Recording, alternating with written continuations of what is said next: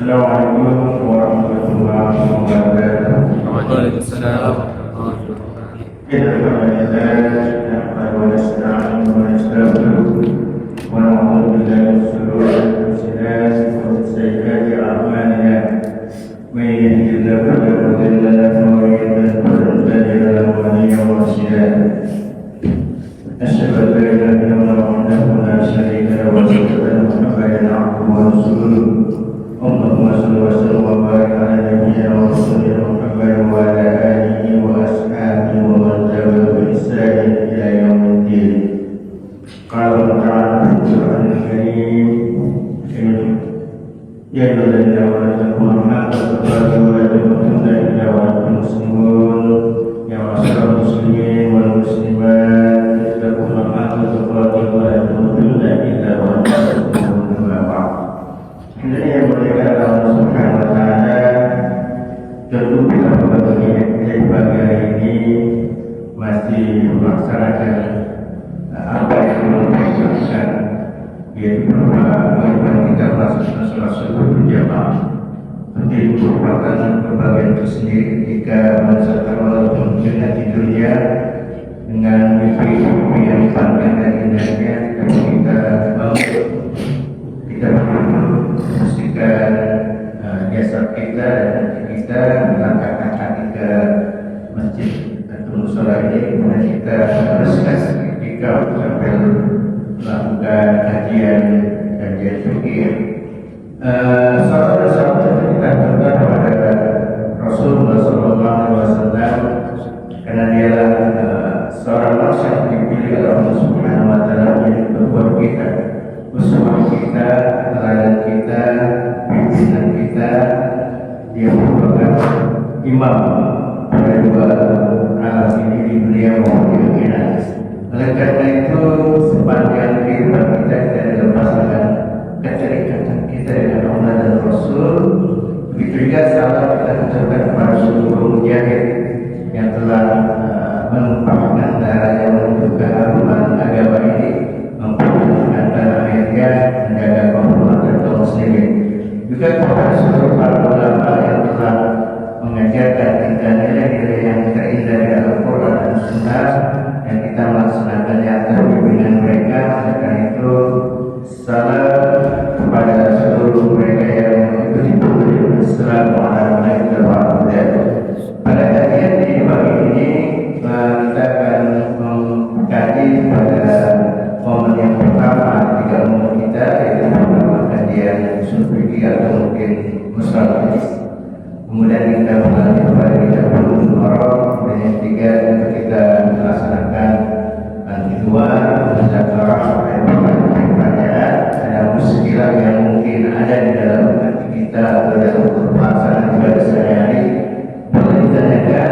Oleh karena itu mulai saat ini bisa diinventarisir problematika yang muncul dalam kehidupan kita yang kita selesaikan bersama di forum ini. Karena ini forum yang sangat penting ya, yang mengkaji kehidupan kita sehari-hari, dan kita membuatnya mungkin satu bulan sekali gitu ya. Sementara kajian-kajian yang lain bukan tidak penting, tapi tidak langsung terikat dengan kegiatan kita. Kalau ini kan langsung terikat tentang wudhu dan sholat dan sebagainya. Nah, untuk momen pertama ini saya akan menyampaikan salah satu kaidah, salah satu rangkaian kajian disebut lafaz bil usul fikih ya, yaitu lafaz yang bersifat umum. Di dalam usul fikih, lafaz itu setiap lafaz yang punya jangkauan objek seluas lafaz itu dikemukakan untuk melakukan objek atau maf'ul bih ya, objek hukum kepada siapa saja sebuah hukum itu digambarkan dan ditunjuk. Nah, ini maksudnya seperti itu. Nah, lafaz ini sangat beragam, oleh karena itu kita perlu merincinya ya, karena bukan juga waktunya terbatas. Ya, saya akan menyebutkan singkat-singkat ya, singkat-singkat. Yang pertama, lafaz itu dibagi dua, yaitu lafaz mujmal yang bersifat global, ya, tidak ada lafaz lain yang membatasi lafaz itu sendiri, gitu ya. Ini lafaz mujmal. Kemudian yang kedua lafaz badani. Lafaz badani itu lafaz yang bersifat terbuka antara beberapa lafaz yang satu mengikat lafaz yang lain, ya. Ini lafaz badani. Nanti kita lihat betul-betulnya, ya. Kemudian yang kedua, kajian lafaz ini ia tentang lafaz itu sendiri, yang mana lafaz yang dimaksud, ya. Setiap kalimat yang bersifat umum dalam bahasa Arab itu adalah lafaz Arab. Contohnya kullu nafsin dha'iqatul maut. Setiap yang beriman pasti mengalami kematian, ya.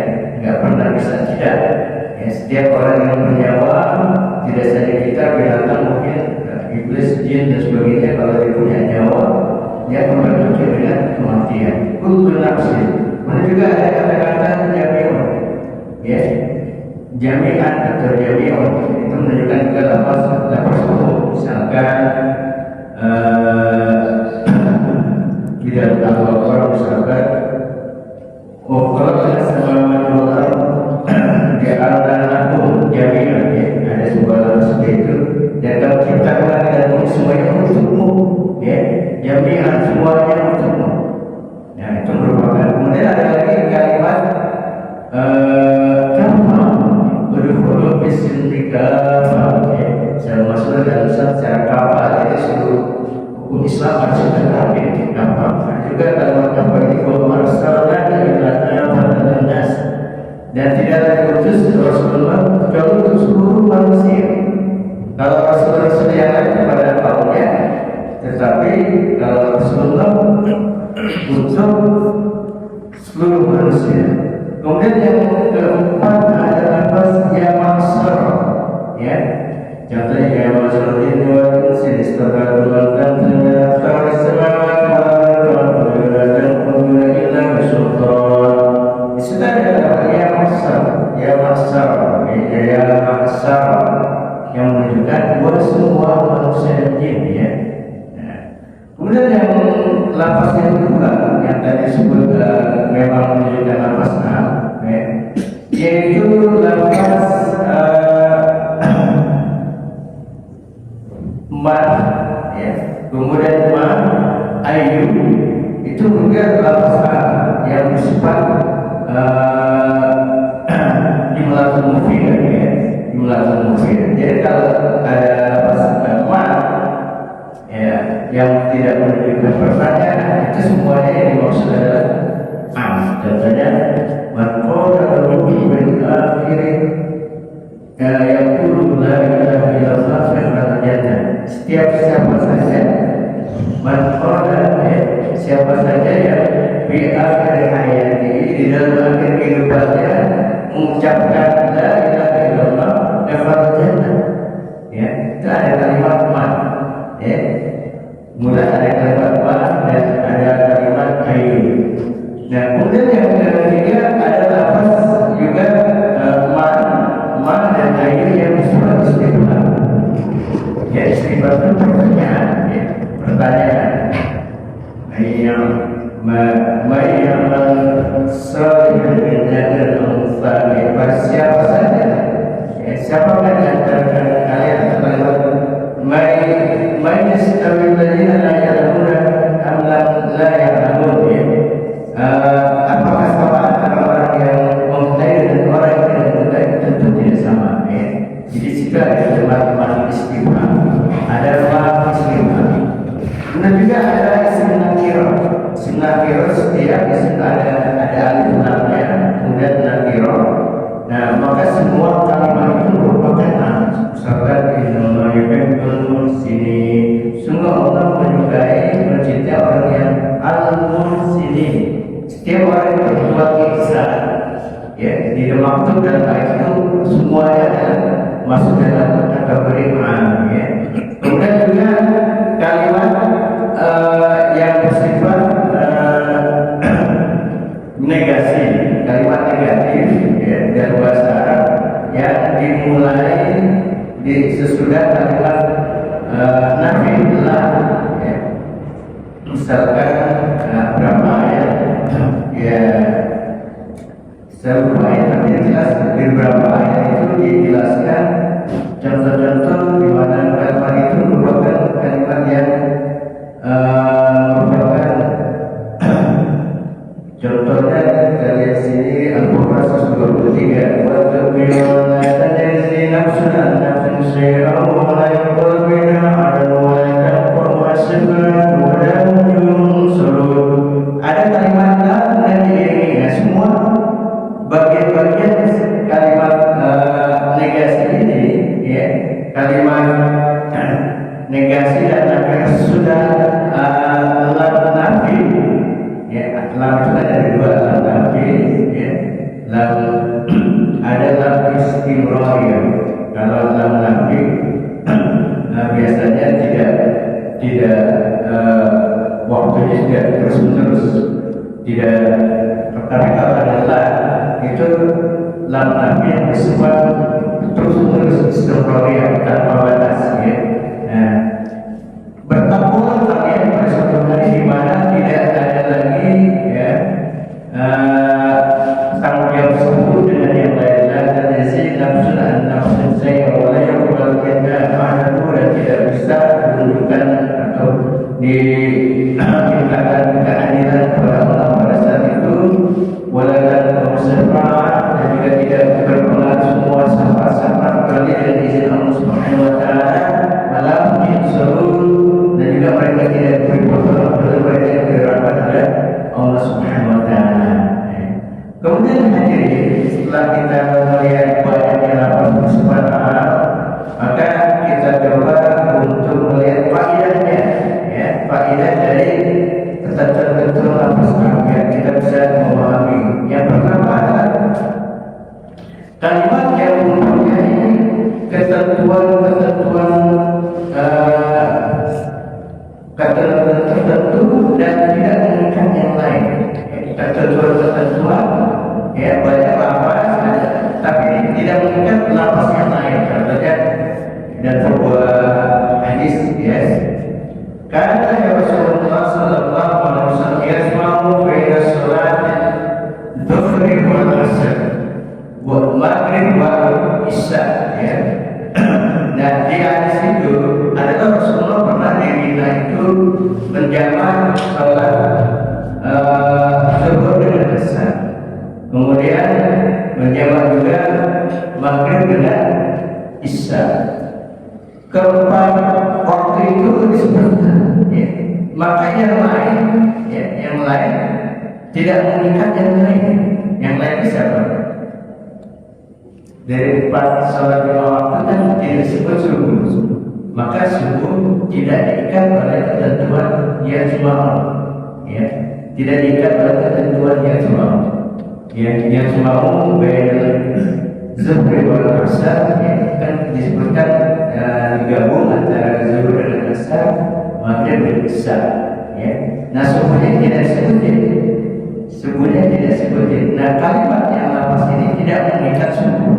Jadi subuh bebas, tidak ada yang namanya jamak di dalam sholat subuh. Maksudnya seperti itu.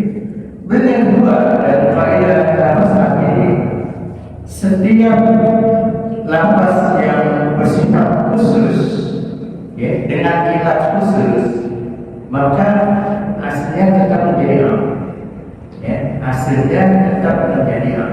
Walaupun dia bersifat khusus awalnya, tapi ketika sudah disebutkan oleh Rasulullah, maka dia akan menjadi am. Walaupun khusus, contohnya, ya,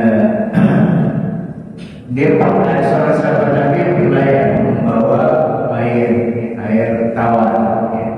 Kemudian dia punya problem kalau berlayar berburu dengan air tawar itu, nanti dia minum pakai apa gitu, ya. Maka Rasulullah dia bertanya kepada Rasulullah, bagaimana hukumnya, apakah saya boleh berburu dengan air laut? Sementara kalau saya menggunakan air tawar yang saya bawa, maka kami akan kehausan pada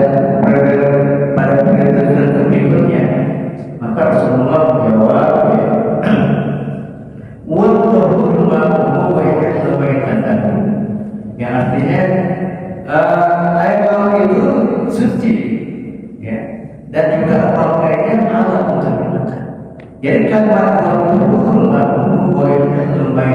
itu lapas yang mengikat secara umum air laut boleh untuk berwudu dan pakainya semuanya adalah halal untuk dimakan. Ya, jadi bersifat walaupun asalnya adalah khusus dengan kes yang tertentu. Kemudian yang berikutnya yang ketiga ini yang disebut muqtadi.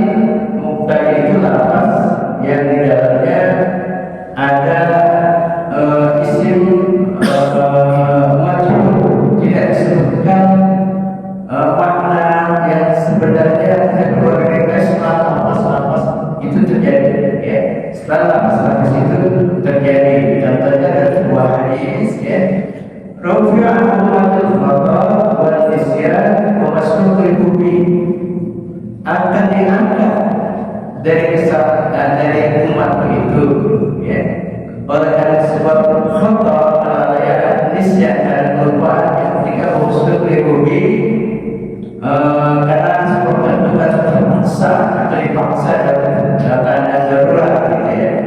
Nah, tadi para ulama tidak memahami kalimat darurat itu apa maksudnya, ya. Jadi maksud di situ, ya, diangkat dari umat maksudnya apa, rupiah, ya. Tapi baru ketahuan setelah al-fatah dan nisyan mumasdar ribubi, yang maknanya adalah kesalahannya, dosanya diangkat, ya. Dosa umatku, dosa umat Islam diangkat karena seperti kelalaian, kelupaan, ya, atau karena terpaksa, ya, karena terpaksa dia makan babi, ya, dosa tidak ada, ya, karena memang darurat, terpaksa, ya, terpaksa. Misalkan lagi, kalau misalkan tawanan, contoh ini, contoh tawanan Palestina di penjara Israel harus suruh belanja, ya, misalkan, ya, karena terpaksa mereka disiksa, ditelanjangi, gitu, ya. Walaupun telanjang kan nggak boleh, walaupun terbawa, tapi akhirnya tidak ada dosa, ya, untuk orang tersebut karena tadi disebutkan hadis Nabi itu. Jadi kalau rupiah itu adalah isim majhul yang disebutkan awalnya, tapi baru juga setelah ada lapas-lapas yang lain, ya. Kemudian lapas berikutnya yang disebut Nabi itu yang terkait dengan faedahnya adalah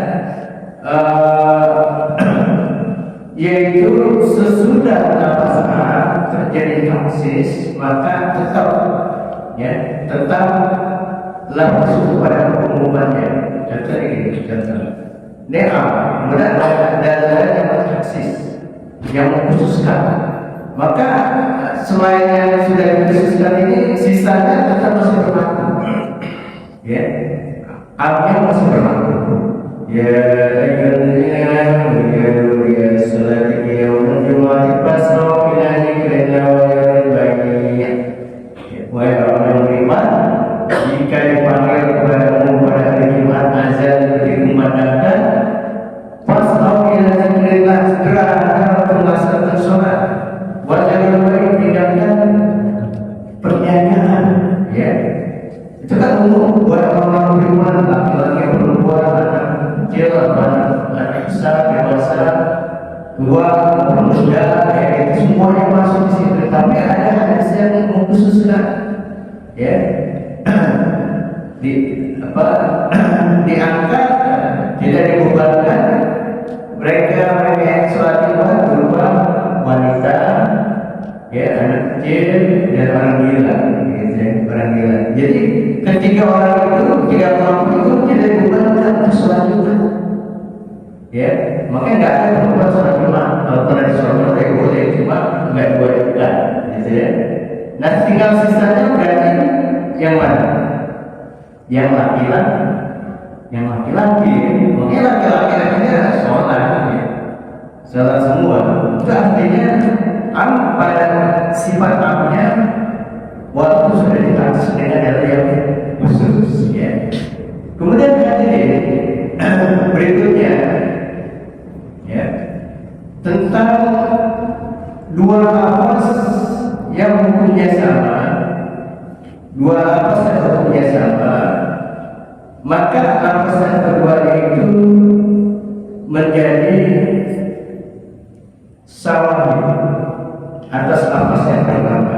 Jadi saksi pada lafaz yang pertama, jadi penguat, ya, penguat dari lafaz yang pertama. Contohnya selalu di dalam saya juga ada ya, lafaz tentang menyamak kulit. Ayyuha muhammad tubitul tohar, dalam satu kalimat hadis, ya, apa saja kulit yang sama akan mensucikannya. Itu lafaz pertama. Lafaz kedua, wajibahuma wa menyamaknya akan mensucikannya. Kalau yang kedua ini akan hukumnya sama, kita menyamak kulit, menyamak kulit, ya, mensucikan kulitnya itu sama dengan lafaz pertama, lafaz kedua. Tapi kalau tidak, yang pertama dia terjadi taksis, ya, yang pertama yang tadi sudah saya sebutkan. Kalau ini hukumnya beda. Yang kedua, kalau tidak sama, terjadi ta'aruf al-adillatul ahkam. Ta'aruf artinya bentrok, ya, karena hukumnya saling bertentangan satu dengan yang lain. Maka nanti ada kaidah usul fikih lain untuk menerapkan antara ta'aruf al-adillatul ahkam, ya. Kemudian berikutnya, hadirin, ya, yang secara umum, lafaz A tidak boleh dilaksanakan sepanjang belum diteliti oleh para ulama dan belum dilihat taksis al-arif al-adillatul ahkam dan syarat-syarat yang lain. Jadi kita nggak boleh menggunakan lafaz A, ya, lafaz A sebelum diteliti. Takutnya ada hal lain yang membatasi, ya, atau yang kadang-kadang ada hukum ini hukum yang pertama, tapi kemudian secara kronologis keluar hukum yang terakhir. Yang ini kan sebenarnya sudah tidak lama, karena sudah ada hukum yang terakhir. Jadi untuk apa ini memang harus diteliti oleh para ulama. Apakah dia ada taksisnya, apakah dia ada arif adillatul ahkam, atau ada yang nasih pemansuhnya. Ya, semua itu para ulama yang menjelaskan, ya. Tapi sudah berbagi yang mungkin sebelum dari kategori lafaz A, ya, dan dalam beberapa itu akan banyak sekali nanti kita akan temukan.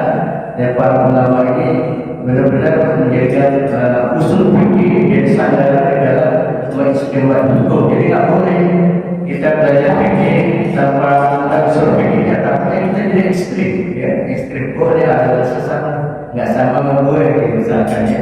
Padahal dalam usul fikih bisa terjadi berbagai macam warna dan form di dalam hukumnya. Nah, ya, makanya saya berupaya metode saya adalah mutawasit, pertengahan, pilih pertengahan, ya, tidak ekstrim, ya, mempertengahkan yang tidak terlalu keras dan juga tidak terlalu lembut. Jadi pertengahan sesuai dengan Al-Quran Sunnah, ya. Baik, mudah-mudahan tadi kita usul fikih, karena kita lanjut pada pembahasan Tabghilul Maram dalam menurut saya terakhir itu adalah tentang sifat sholat, ya, sifat sholat, ya, sifat sholat, hadis-hadis Rasulullah SAW yang bermakna kita harus mengikuti setiap gerakan atau ucapan dirinya dan nilai-nilai yang terkait dalam sholat. Sholat itu berbeda dengan yang lain, ya. Kayak yang lain bisa dikiaskan, misalkan zakat bisa dikiaskan. Kalau di Indonesia berat, misalnya pakai kurban, gitu, ya. Itu kan dikiaskan. Kalau sholat apa dikiaskan? Sholat itu cara bunyi. Sholat itu kalau orang itu mungkin sholat apa ya? Sebagaimana ada dalam sholat, ya. Sehingga kalimat para sahabat seringkali ini adalah, misalnya boleh mengatakan ini adalah perilaku Nabi Abu Bakar.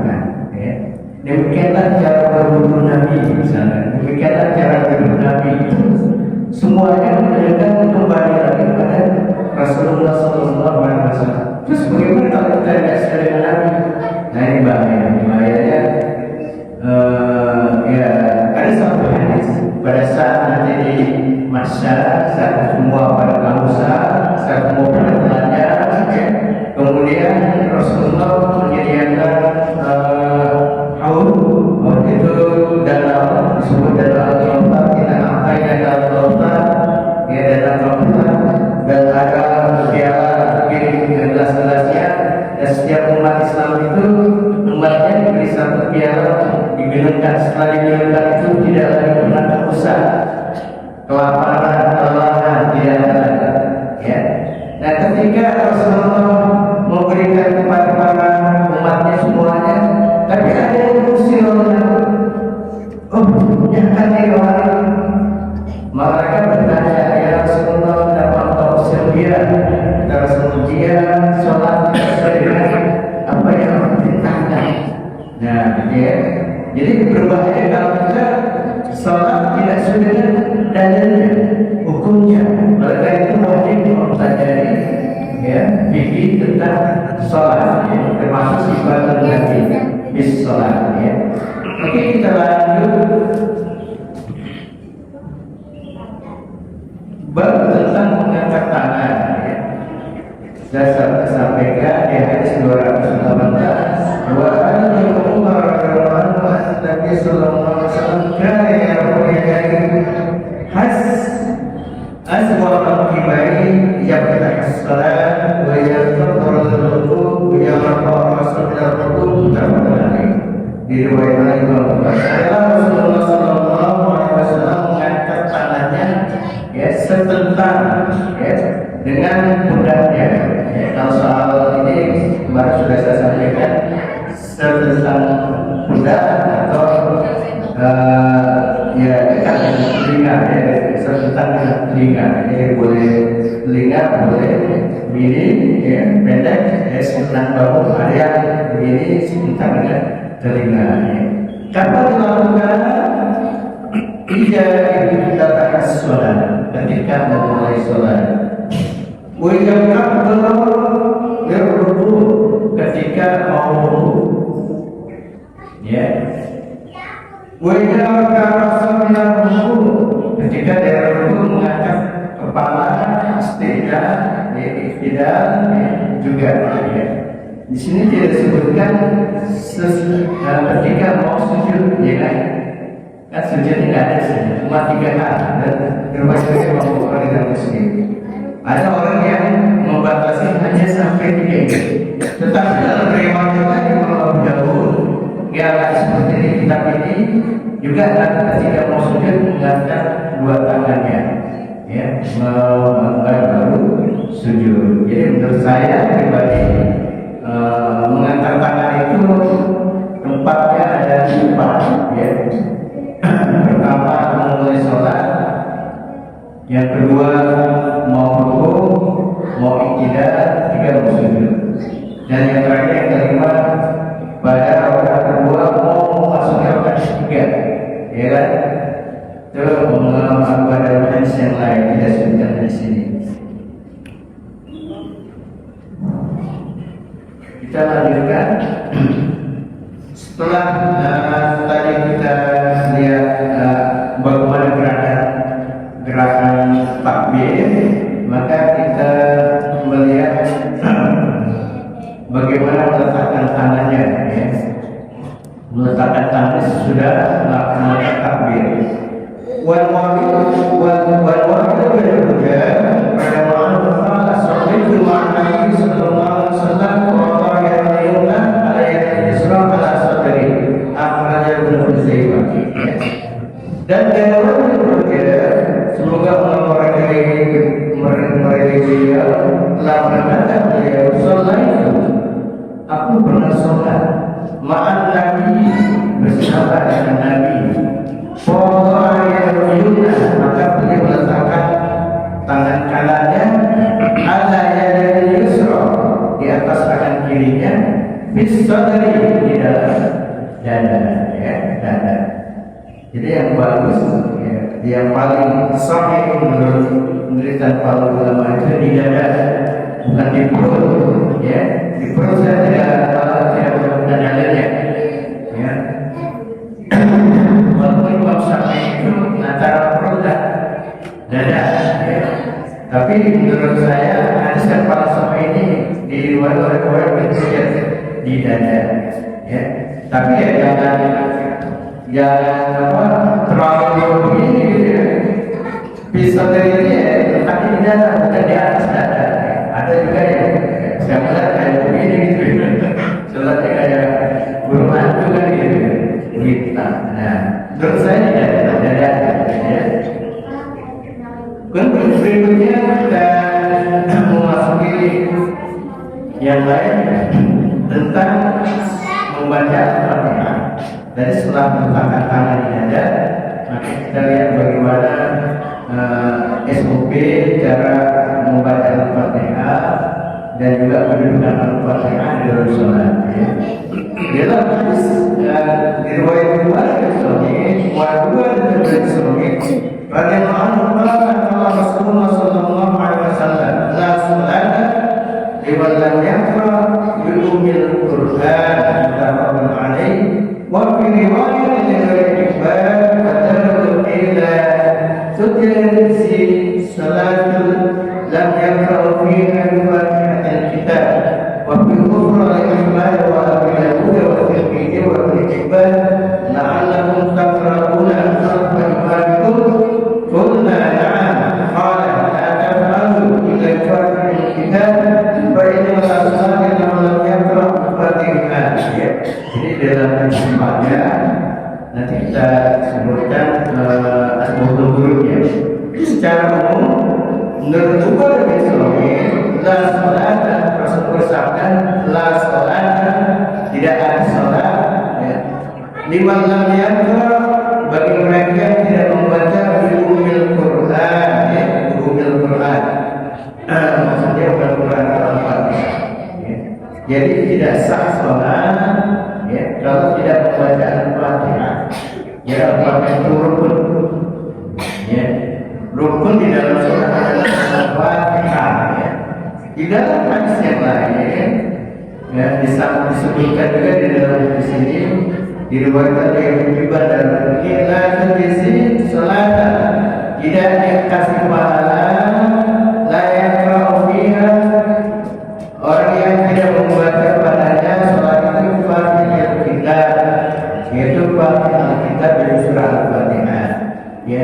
Dulu para sahabat Nabi itu kalau sholat itu bisa saling ngobrol.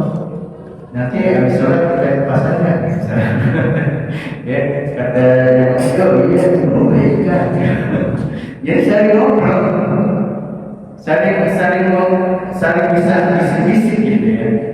Nah, maka turunlah ayat dan surah Al-A'raf ayat 205 kan, jika nggak boleh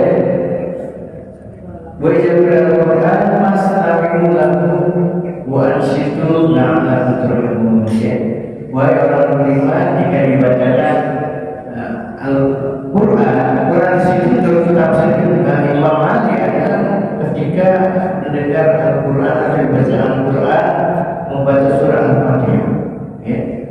Spesifik sekali jadi memang secara ayatnya secara umum kan ada, tetapi menurut tafsir Imam Ali, Ibnu Abbas itu ketika mereka membaca Al-Fatihah di dalam sholat wastami'u lahu, artinya kalian perhatikan, wa ansitu, dan diam, jadi nggak boleh ngobrol lagi, nggak boleh ngobrol lagi, nggak boleh bisik-bisik lagi, perhatikan ya.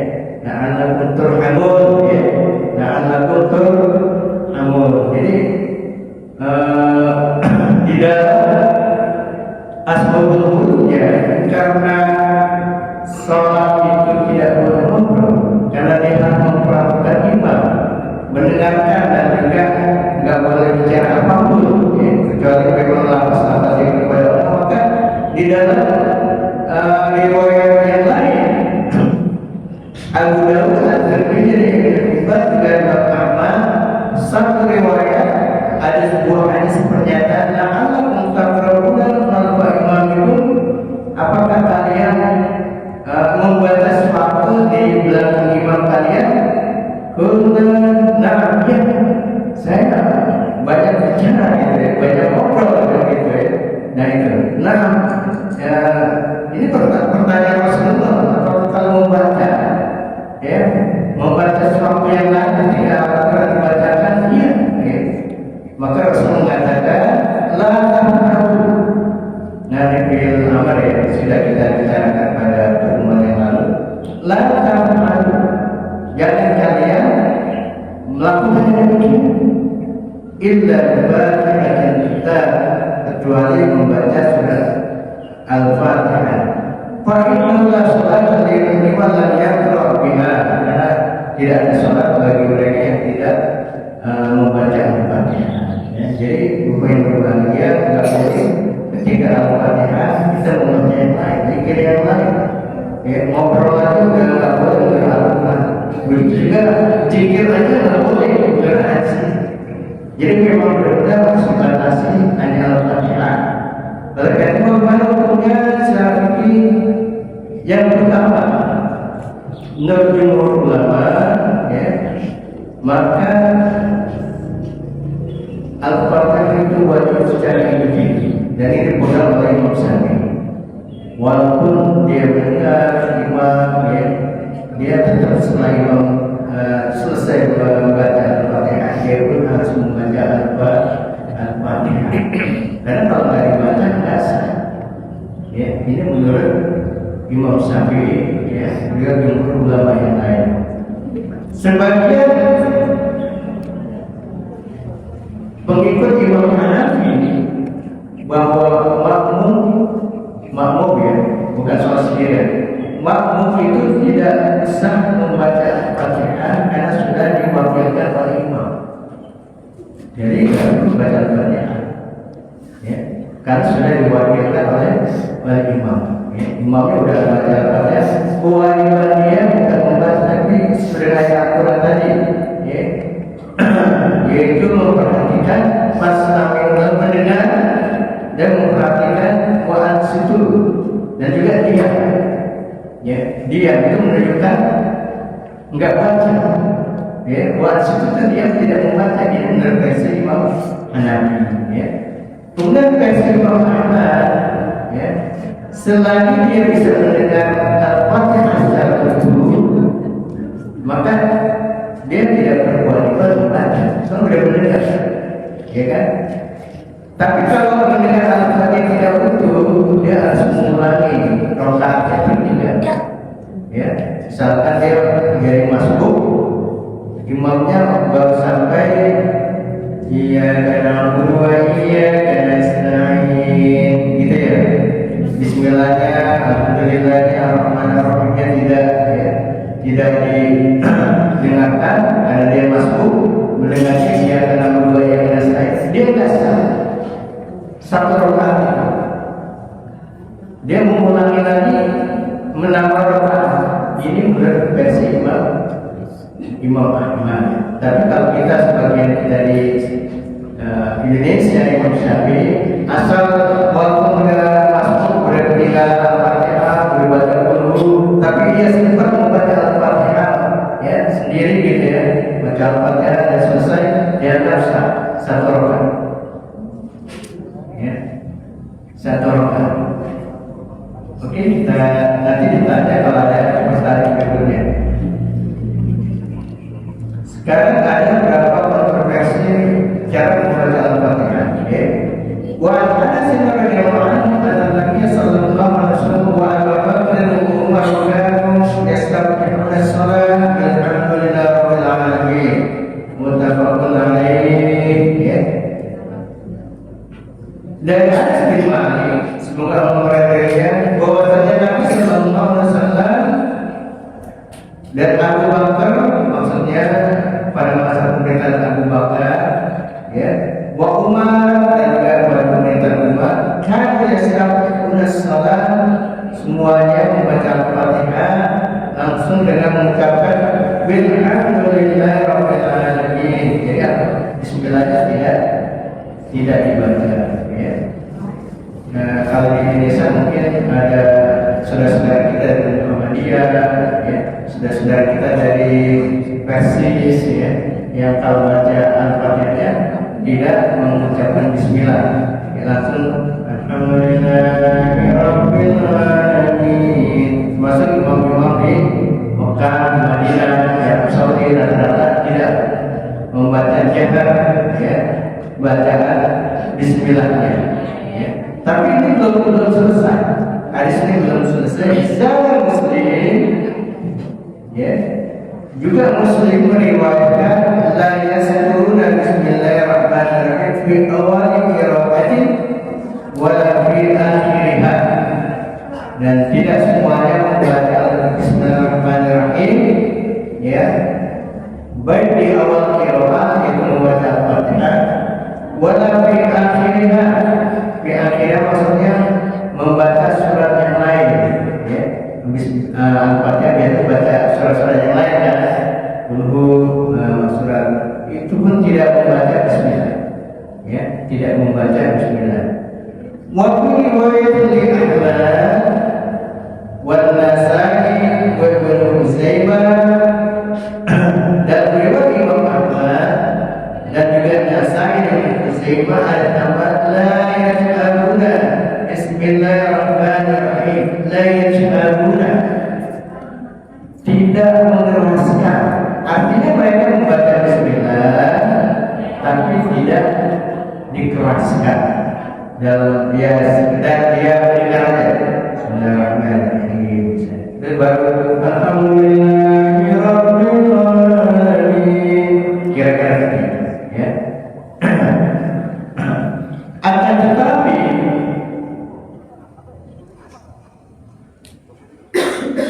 menurut versi Imam Syafi'i itu harus dikeraskan, ya. Berdasarkan hadis riwayat Bulughul Maram 222 wa an-Nu'aym bin Mujmir qala sallaitu wa ra'ana radhiyallahu anhu faqra Bismillahirrahmanirrahim thumma qara'tu al-Qur'an hatta idza balagha wal-dhalin qala amin wa yaqulu kullama sajada wa idza qama min al-julus Allahu akbar thumma yaqulu ya sallama walladhi nafsi biyadihi inni asbi wa hukum salata Rasulullah sallallahu alaihi wasallam wa hum Nasawi bin Huzaimah, ya. Dalam riwayat Nu'aym bin Mujmir, ya, beliau berkata, saya pernah salat di belakang Abu Hurairah. Jadi Nu'aym bin Mujmir ini adalah salah satu muridnya Abu Hurairah, ya. Faqara Bismillahirrahmanirrahim, beliau membaca Bismillahirrahmanirrahim. Thumma qara'ahu al-Qur'an, dan dia membaca Al-Qur'an yang ada Alhamdulillahirrahmanirrahim hatta yablugha wal-dhalin, sampai membacanya wal-dhalin. Qala amin, seluruh para hamba menyatakan amin. Wa yaqulu kullama sajada wa yaqra'u al-julus Allahu akbar, ya. Kemudian ketika dia sujud, kemudian dia berdiri dari duduk mengucapkan Allahu akbar, thumma yaqulu ya sallama. Kemudian Abu Hurairah berkata setelah mengucapkan salam, wallahi, sampai dia bersumpah, ya, nafsi biyadihi, ya, aku bersumpah dengan zat yang menguasai menggenggam jiwaku, inni asbahukum, sungguhnya aku ini, ya, hampir menyamakan sholat ini kan sholat Rasulullah SAW. Apa yang aku lakukan mirip dengan sholatnya Rasulullah SAW. Jadi hadis ini menunjukkan Bismillahirrahmanirrahim itu dibaca keras, tidak sir, dan itu disumpah oleh Abu Hurairah. Bahkan Rasul juga mengatakan dari riwayat Abu Hurairah hadis 223, idza qara'tum al-Fatihah faqra'u Bismillahirrahmanirrahim wa inna ihda ayatiha, ya.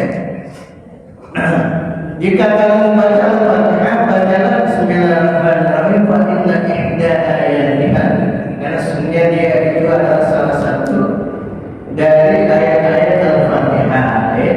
diriwayatkan oleh ini wasallallahu dan dijelaskan juga dan dikasih saran terhadap hadis itu. Jadi Bapak Ibu berbahagia,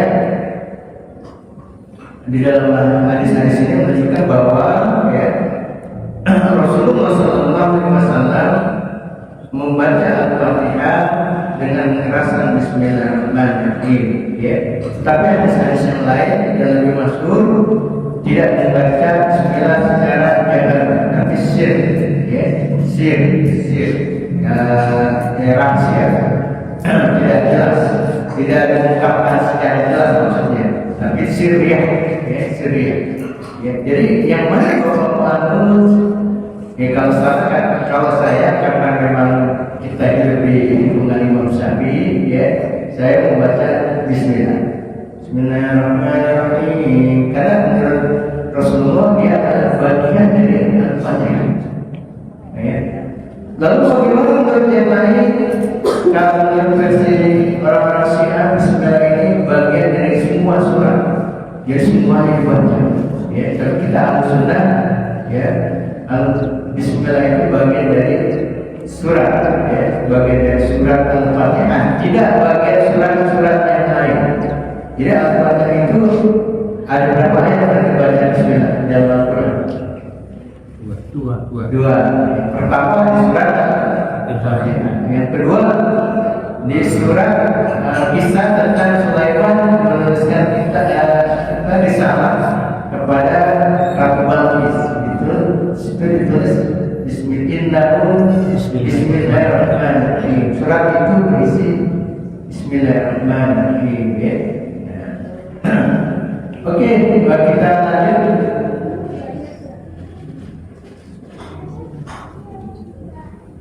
Di hadis 224 Ani dari Abu Hurairah radhiyallahu anhu Rasulullah sallallahu alaihi wasallam para pemimpin Al-Quran Rasulullah amin wa darul wa islam wal hakim wa sabrun wa sabrun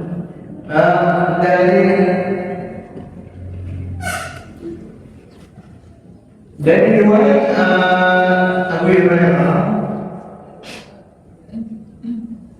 karena Rasulullah Sallallahu Alaihi Wasallam adalah Rasulullah Sallallahu Alaihi Wasallam itu tidak boleh berkiraatin umbil Quran, ya.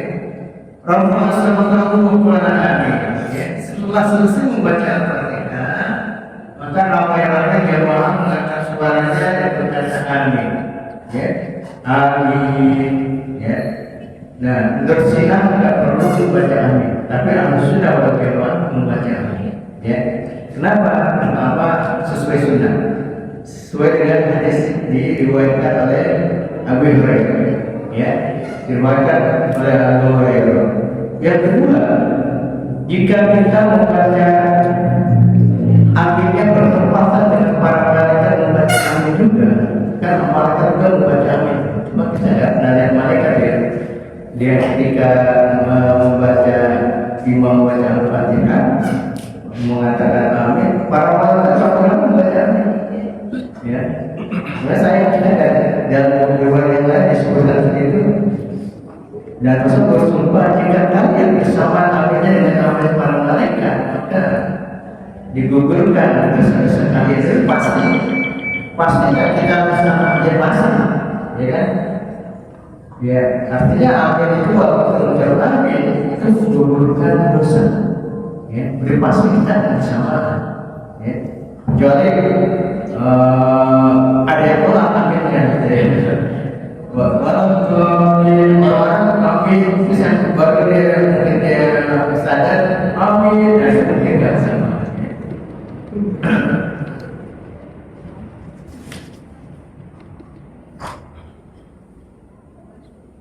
Satu lagi hadis sebelum saya tutup, jika kita tidak paham Al-Quran, tidak hafal Al-Fatihah, tidak hafal juga surat-surat yang lain yang pendek sekalipun, contohnya para ulama gitu ya, atau orang memang sangat bodoh, sabiha, orang yang tidak cerdas, ya. Pernah kejadian di masa Rasulullah ada tidak membaca Al-Fatihah dan dia tidak hafal. Man amila bil mu'abi wa'ufa pada man qala ja'a rajulun ila nabi wa qala inni astadu an akhudha min al-Qur'an syai'an wa 'allamani ma yajari'ani minhu qala subhanallah walhamdulillah wa la ilaha illallah wallahu akbar wa la haula wa la quwwata illa billahil aliyyil azim. Hadis Muhammad wa Abu Dawud wa Nasai wa Sunan Hibban wa Al-Bukhari wal Hakim. Ya, jadi banyak riwayat selain Bukhari dan Muslim, hampir semua imam selain Bukhari dan Muslim meriwayatkan ini dari Abdullah bin Abi Aufa. Semoga Allah berkainya telah berkata beliau, telah datang seorang laki-laki kepada Nabi. Kemudian beliau berkata, inilah astagfiru an akhadha min al-Qur'an. Ya Rasulullah, aku tidak sanggup, ya, tidak ada satu pun ayat yang aku bisa hafal dari Al-Quran. Fa'allamani, ajarkan aku ya Rasulullah, ma yasibuni, apa yang aku akan lakukan. Minhu, karena keterbatasan saya itu, maka ya Rasulullah, sabda beliau kul katanya, subhanallah walhamdulillah wa la ilaha illallah wallahu akbar wa la haula wa la quwwata illa billahil aliyyil azim. Riwayat oleh Muhammad, Abu Dawud dan Nasai dan disahkan oleh Ibnu Hibban dan Kulli dan Hakim. Ya, jadi kalau nggak bisa membaca Al-Fatihah, juga membaca surah-surah yang lain, boleh membaca zikir-zikir yang maksud, ya, kata-kata subhanallah walhamdulillah wa la ilaha illallah kalau yang masyhur. Maka dalam riwayat lain adalah al-baqiyatus shalihat, ya, yang mempunyai warisan yang kekal, ya, artinya nanti di akhirat, ya, kadang-kadang kalimat ini yang menolong kita, kalimat karena mengucapkan alhamdulillah saja lebih berat dari langit dan bumi. Ya, itu sangat berat gimana? Kalimat la ilaha illallah lebih berat dari langit dan bumi. Ya, itu bahagia karena memang juga sudah disyaratkan istiqomah. Ya, saya cukupkan dengan hadis yang tadi saya baca terakhir. Silakan kalau bapak-bapak ada pertanyaan, monggo. Ya. Bismillahirrahmanirrahim. Ya, alhamdulillah. Maka lagi Ustaz. Pertama terkait dengan lafaz am pada hadis kullu bid'atun dolalah. Setiap bid'ah itu sesat dan sesat itu di neraka. Jadi bagaimana kaidahnya dengan fikih kontemporer, ya, yang itu di zaman Nabi pun belum ada, atau bagaimana juga kaidahnya dengan beberapa kegiatan keagamaan yang itu memang tidak tercontohkan di zaman Rasulullah SAW. Kedua terkait dengan amin pada saat imam di akhir Al-Fatihah waladh dhalin, kapan makmum itu bisa sama aminnya dengan amin malaikat. Kapan waktunya? Mungkin jeda 2 menit 3 menit dari waladh dhalinnya imam, lalu makmum kapan menyebutkan amin. Ketiga, saya borong semuanya. Jadi ketiga itu tadi kan ranahnya ranah makmum. Ketika membaca amin, faedahnya kita diampuni dosanya. Bagaimana dengan imam yang membaca waladhdallin? Apakah imam juga menyebutkan amin dan itu berbarengan dengan malaikat atau seperti apa? Satu lagi biar kita tahu. Oh iya, berarti dari dulu ya. Jangan-jangan. Ya. Ya. Assalamualaikum warahmatullahi wabarakatuh. Waalaikumsalam. Ya. Begini Ustaz, kan Ustaz sampaikan kalau membaca Al-Fatihah itu masuk rukun ya.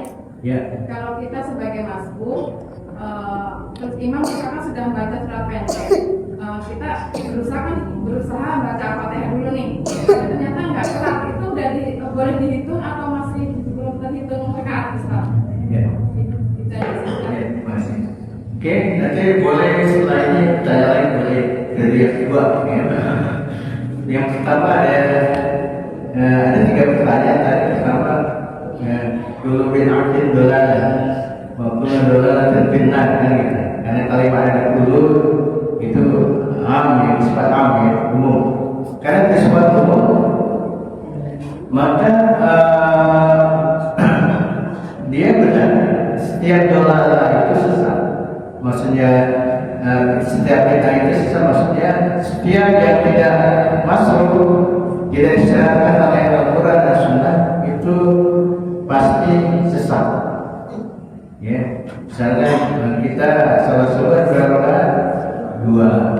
Kita masuk kuatnya 3, kita langsungnya 3 rakaat. Dan itu artinya tidak sesuai dengan sunnah. Ya, itu pasti sesat. Ya, pasti bid'ah. Nama-nama sesat. Ya. Yang pertama sesat, yang kedua ditolak. Ya, ditolak di dalam beberapa hadis Nabi, ya, dari Imam Bukhari dan Muslim. Ya, setiap yang tidak didasarkan perintah Al-Quran, dia akan ditolak amalannya. Ya. Enggak, tadi sudah saya sampaikan bahwa Rasulullah juga di Mahsyar ketika memberi piala berisi dan air danau Al-Kautsar itu ditolak. Ya, karena memang amalannya sesat. Jadi nggak ada bedanya, dia sesat, semuanya sesat. Cuma kalau ini dilarang, ada kelompok tertentu, ya, enggak sesuai dengan hadis Nabi ini bid'ah misalnya. Nggak ada dalilnya. Ya. Justru kita belajar apa itu supaya kita tidak selalu ekstrem memvonis saudara kita. Contoh, ya, kalau kita lihat hadis-hadis baca Yasin tentang baca Yasin malam Jumat, ya, kembali itu ya, di masyarakat, kita langsung memvonis lah. Memang dalam hadis-hadis semuanya lemah, ya kan, dari lemah membaca surat Yasin di malam Jumat, enggak lepas dari catatan lah, gitu ya.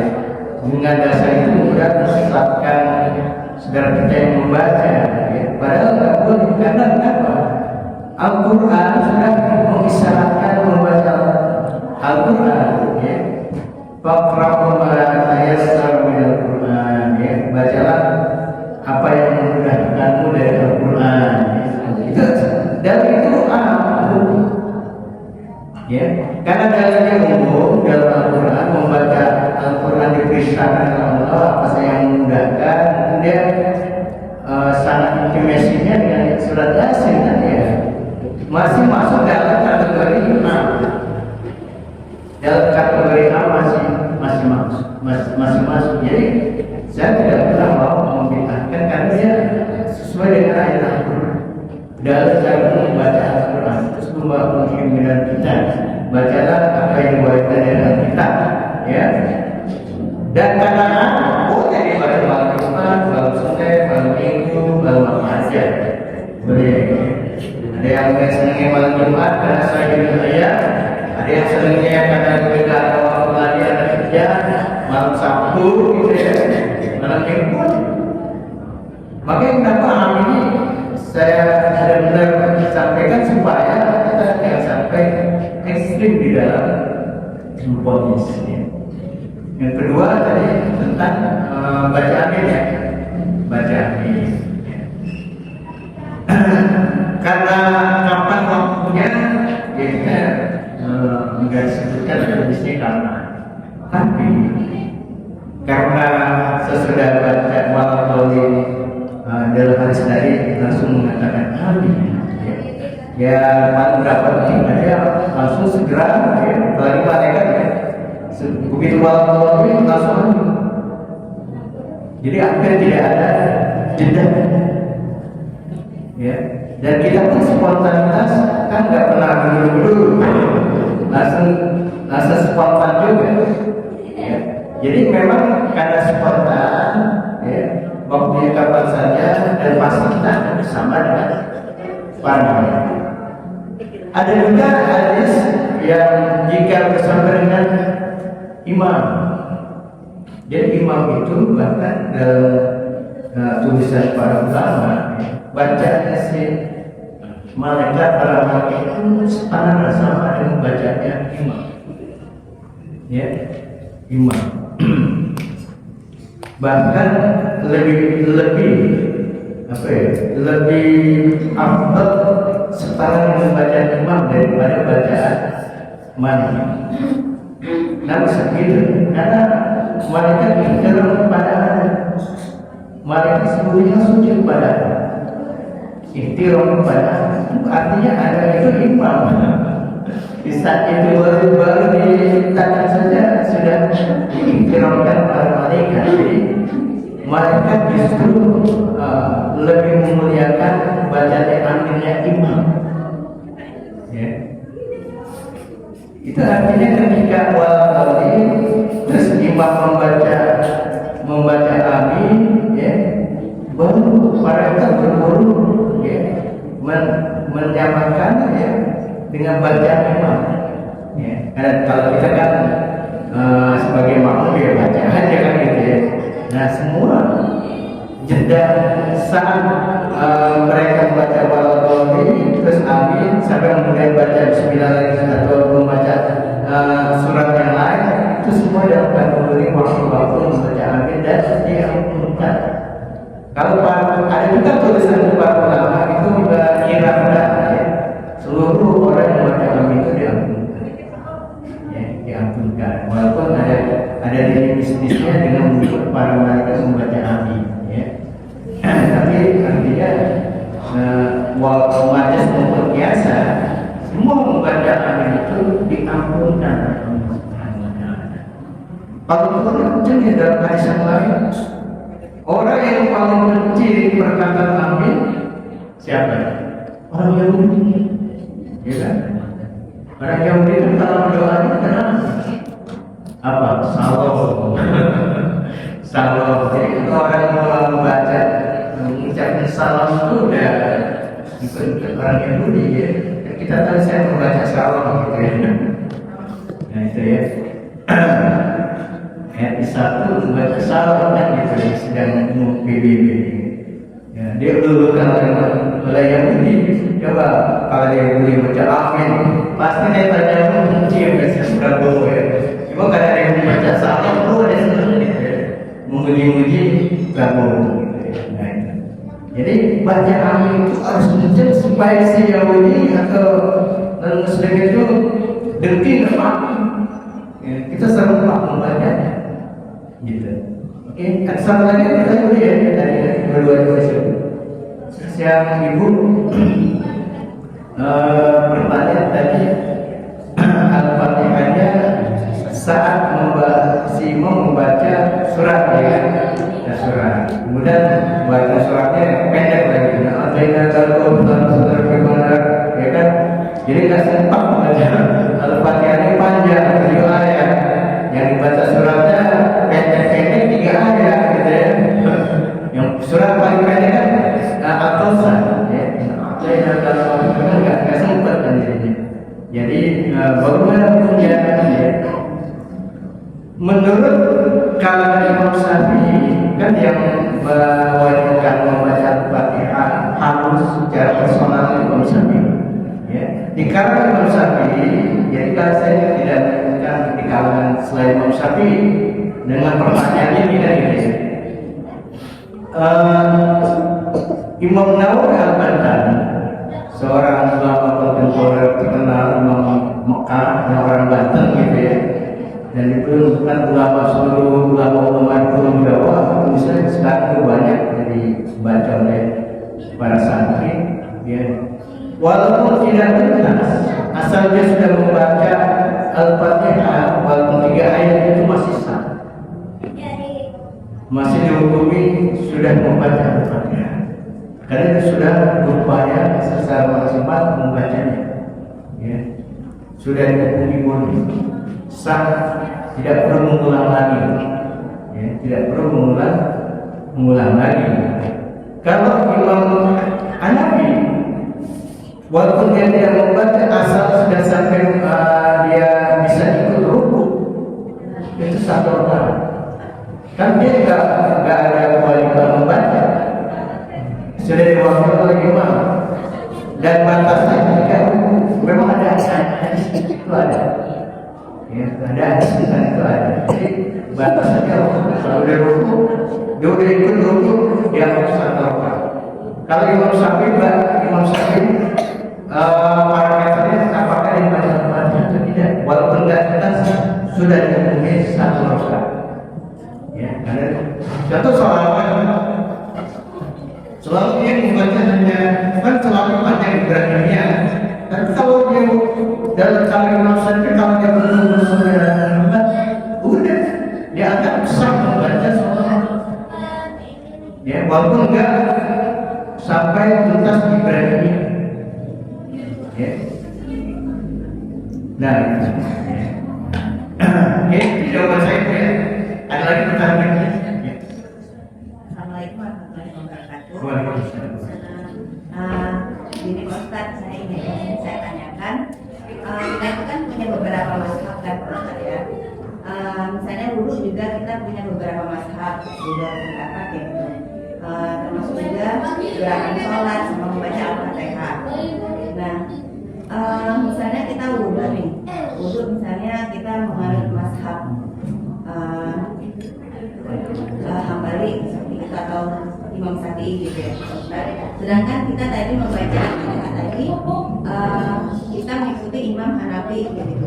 Kita makmum tidak perlu membaca Al-Fatihah. Nah, ketidakkonsistenan itu gimana kira-kira Pak Ustadz? Kira-kira kita itu harus menurutin 1 imam aja, mulai dari ketika kita wudhu. Terus kan wudhu itu misalnya laki-laki dan perempuan. Ada juga pendapat suami istri itu tidak boleh bersentuhan kayak gitu. Jadi kalau nanti kawannya wudhunya batal, kan ada juga beberapa imam yang membolehkan itu juga. Nah, dari rangkaian itu mulai dari wudhu sampai dengan sholat, apakah kita harus konsisten kita mengikuti 1 mazhab aja, yaitu mazhab Imam Syafi'i kayak gitu, atau misalnya dalam kondisi yang lain, misalnya kita masuk tadi itu tidak sempat membaca Al-Fatihah, jadi kita ikutin imamnya aja gitu. Berarti kan kita mengikuti imam lain, yaitu misalnya Imam Hanafi gitu. Nah, menurut Pak Ustadz, sebaiknya kita bagaimana itu? Ya, terima kasih. Satu lagi pertanyaan. Ya. Terima kasih. Dalam sholat berjamaah, makmum itu kan wajib mengikuti imam. Artinya yang saya pikir ketika imam membaca Al-Fatihah, berarti kita mengaminkan kita tidak perlu baca Al-Fatihah. Karena kalau saya baca Al-Fatihah lagi, imam membaca surah, kemudian imamnya salah, siapa yang mau benerin gitu Pak? Kalau saya di belakang imam. Itu pertama. Yang kedua, kalau di negara lain ada imam yang tidak melipat tangannya. Apakah kita harus ikut tidak melipat tangannya? Jadi kita mengikuti apa yang dilakukan imam. Yang terakhir, kalau saya masbuk, kemudian saya mengikuti imam pada tasawuf akhir, imam duduknya kan berbeda. Memang sudah saatnya berbeda. Kemudian imam juga wajib mengucapkan salam ke kanan. Apakah saya yang masbuk wajib ikut salam ke kanan? Dan kalau saya lupa ikut salam kanan yang kiri selesai sholatnya, padahal saya kurang 1 rakaat katakan begitu. Itu bagaimana Ustaz? Ya, pertanyaan luar biasa ya. Ibu tadi menanya bahwa ada satu pengiriman ke pernyataannya ada pengiriman. Mazhab mana kan yang kita pakai kira-kira segitu. Ya. Karena berbagai macam mazhab. Sebenarnya saya tidak menekankan bahwa Bapak Ibu memakai mazhab yang mana. Yang saya katakan adalah mengikuti sunnah. Ya, setiap apa yang kita lakukan harus ada dalilnya yang kuat. Ya. Jadi sebenarnya dengan catatan ini, yang manakah yang kita pilih itu boleh saja. Ya, yang paling, ya tapi yang filternya adalah mana yang paling sahih di antara dalil-dalil hadis-hadis yang telah kita pelajari dan memantapkan diri kita. Ya, jadi kita bukan mengikuti mazhab, sebenarnya nggak ada perintah mengikuti dan Quran dan Sunnah, karena Quran dan Sunnah lebih dahulu, ya, nggak ada perintah mengikuti mazhab. Tetapi bagi orang yang sangat terbatas pemahaman terbatas, akhirnya kurang, dia takut saja dengan diikuti saja mazhab yang ada di masyarakatnya. Tapi bagi mereka yang sudah punya pemahaman yang jernih, ya penekanan saya, dia mengikuti hadis mana yang paling masyhur, yang paling sah, ya paling kuat. Ya. Contohnya ini saya cenderung mengikuti Imam Syafi'i. Tapi pada saat saya bercerita, saya nggak ikuti murid-murid Imam Syafi'i, ya, kan? Ini wajah yang berterus sama wal ya. Karena menurut saya ada yang paling masuk paling kuat, oh ya, ya. Saya membaca Allah baik, karena itu hadis yang paling masuk, paling kuat, ya. Riwayat Imam Bukhari yang lain, riwayat Imam Bukhari. Riwayat Imam Bukhari tanya adalah yang paling lengkap dan sesuai dengan saya banyak dosa, supaya diampunkan.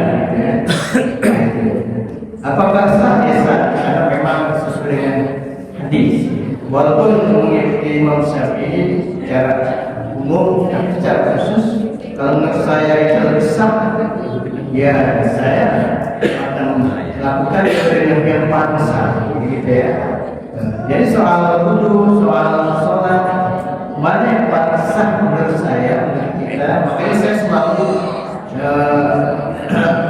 kadang-kadang kalaupun dua-duanya akan sah, ya nggak bisa dipilih mana yang paling sahih.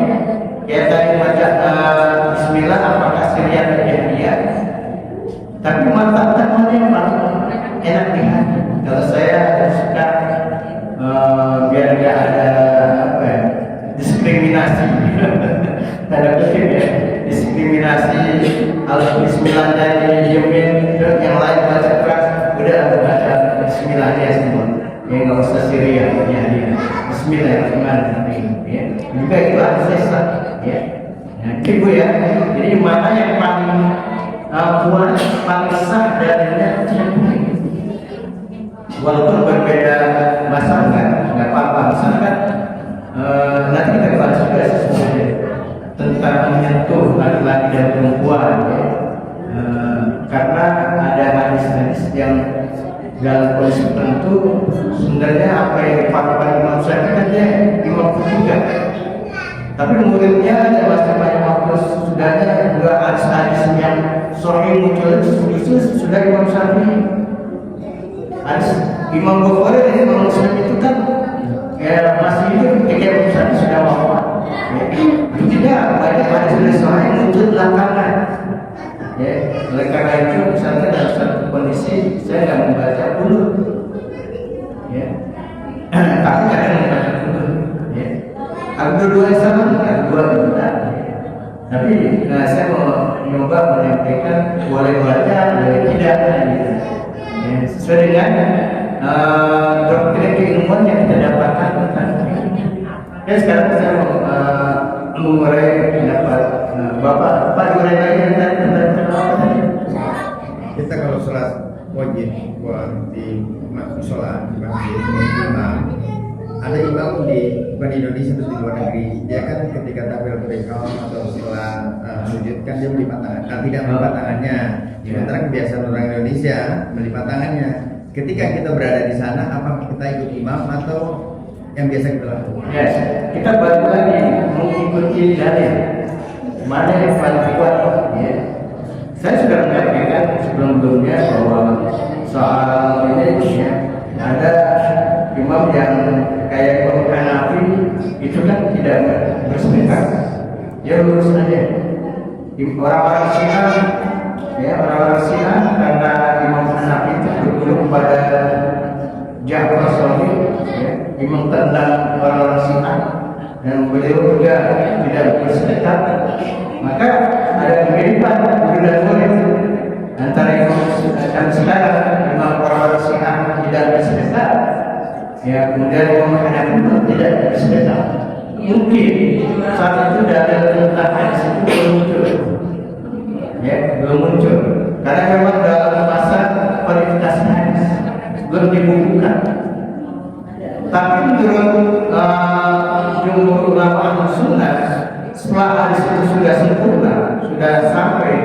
Tadi kan dalam bicara di awal kita lihat salah satu riwayat bahwa Rasulullah itu ya bersedekah, meletakkan tangan kanannya di atas tangan kiri, bisa di dada, dan itu hadis yang paling masyhur dan sah, ya, yang menunjukkan itu di dada. Jadi bagi kita mana dada yang paling kuat? Kalau dada yang ini, ya justru dia tidak ada dada yang kuatnya, hanya sebuah penelitian semua tanda ya yang mau yang fi awalihi, kembali kepada proses awal itu kan masih sedekah di posisi tidak, secara umum tidak ada dalil yang menunjukkan tidak sedekah, justru yang ada dalil yang sah yang seperti sedekah di atas dada, ya di atas dada. Yang kedua, ketika kita sholat masbuk pas tasawuf akhir, imam kan posisi duduknya berbeda, bukan seperti awal. Kemudian imam melakukan salam wajib ke kanan, dan kita sebagai makmum apakah harus ikut salam ke kanan, kemudian kita kurang, terus kalau lupa bagaimana sayanya membatalkan sholat saya? Oh enggak, jadi begini, kalau kita imam sholat maghrib ya, maghrib, mungkin kita masuk pada rakaat kedua, berarti kan kita kurang satu rakaat sebenarnya. Ya. Pada saat tasawuf akhir, posisi duduk kita bukan sebenarnya di imam. Posisi kita saat itu di rakaat kedua. Rakaat kedua kan artinya pantat kita menduduki kaki kiri kita. Nah, saya cenderung tidak mengikuti imam dalam hal antara sholat kita masuk dengan imam yang sudah sempurna, karena kita posisi kedua, ya kita tidak tasawuf akhir, tapi tasawuf awal, ya rakaat kedua seperti itu. Jadi pantat kita tidak menduduki kaki kita, dan justru imam kan seperti itu, kalau kita yang menduduki kaki kita, ya karena posisi kita rakaat kedua. Nah pada saat si imam memutuskan pada rakaat ketiga dia, ya kita tidak boleh kemudian kita mengikuti imam. Kenapa? Karena kalau mengikuti imam berarti membatalkan sholat, ya, membatalkan sholat kita. Kita langsung tidak salah, tapi langsung asal, langsung menambah satu rakaat, ya. Karena di rakaat kedua, rakaat tiga ada takbir, dan saya katakan ya kita takbir lagi, ya. Melakukan baru bagi mendapat satu. Jadi jangan memutuskan salah. Kalau kita salah berarti kita sudah memutuskan sholat. Ya, sholat maghrib malah yang salah dan tidak sesuai sunnah. Karena dua rakaat satu rakaat.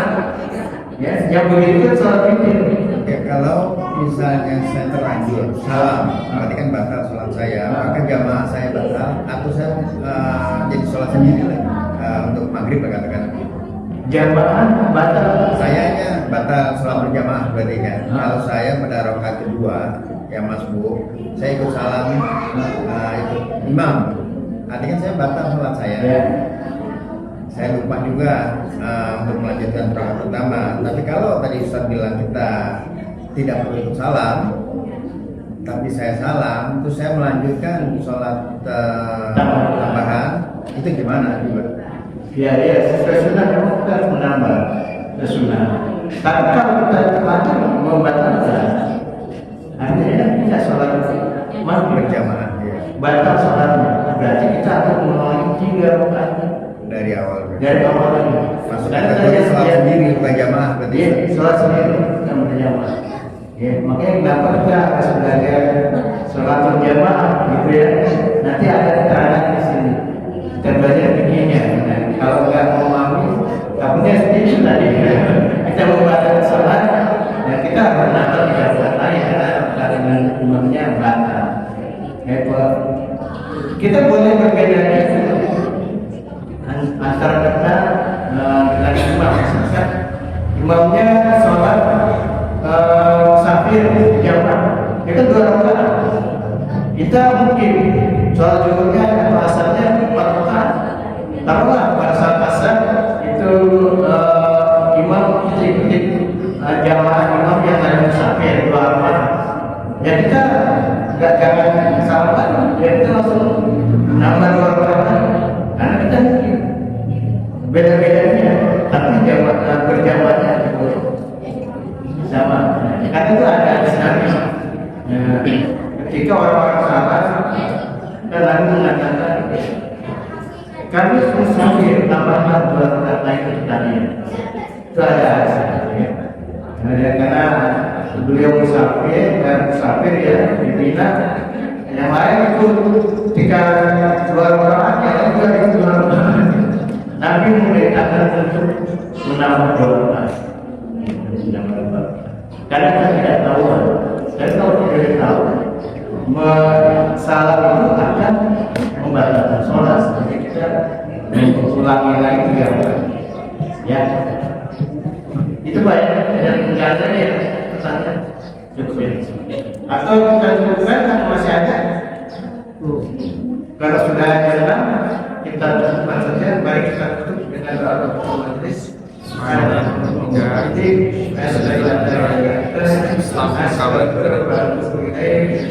Assalamualaikum warahmatullahi wabarakatuh.